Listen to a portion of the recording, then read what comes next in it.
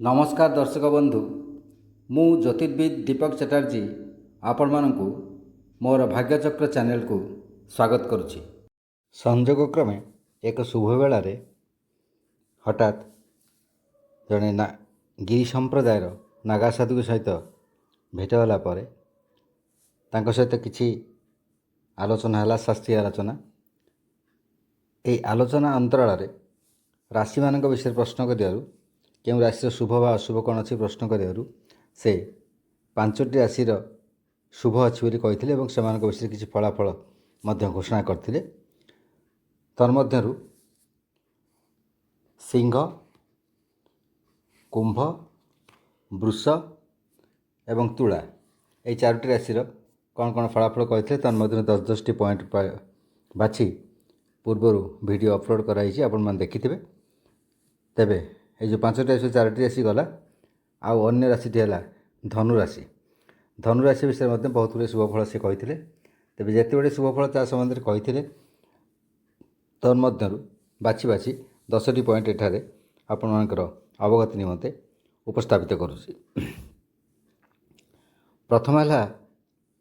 बड़ भाई भौणी एमान सहित संपर्क जदि कि तिक्तता थिला बा किसी असुविधा थिला, वाद विवाद विसंवाद थिला, ताहार आशु समाधान हेबो, शीघ्र समाधान हेबो। किंबा दूरे रहुथिबा कौन सी आपनकर आत्मीय स्वजन जे कि आपन तार बयस रे बड़ हेबो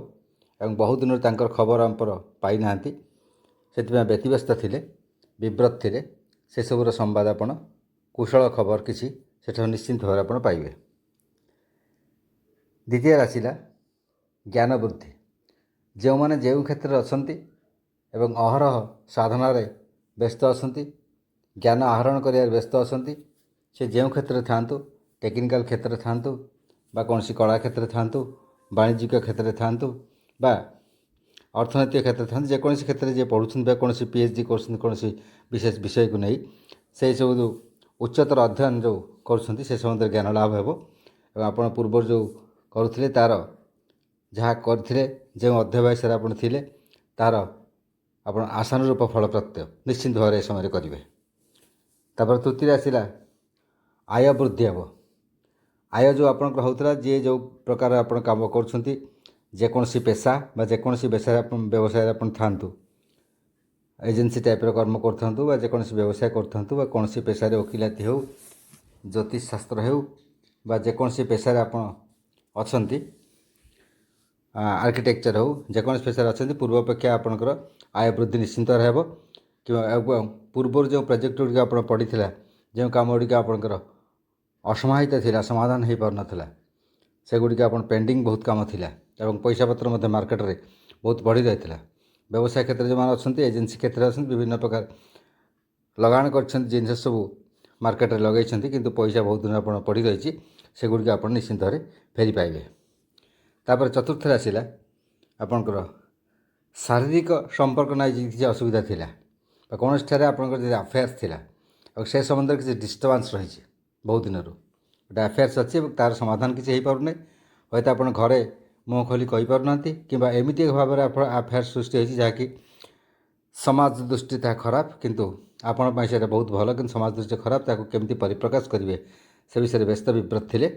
तार परिप्रकाश हो एवं आपण विषय समस्ते जानवे और आपणकर जो कार्य आप अच्छा जो अफेयर्स आप अच्छी तार समाधान हो एवं आपण मैंने पुणी थे मिलित हे। ये हूँ पंचम आसला व्यक्तित्व। आपड़ जो कार्य करते आप जो व्यक्तित्व अच्छी व्यक्तित्वर परिप्रकाश आप हो पारना, विकास हो पारना, आप जो प्रतिभा अच्छी प्रतिभा प्रस्फुटित हो पारना बा लोकलोचन को आसीपार ना। एबे से समय आसी से सुजोग आसी पाखे आपण प्रतिभा को आप सर्वसमक्ष तोली धरवे, समस्ते आपणकर प्रतिभार प्रशंसा करेंगे एवं आप प्रतिभा को संपादित करेंगे, सर्वसमक्ष को आप आनीपर द्वारा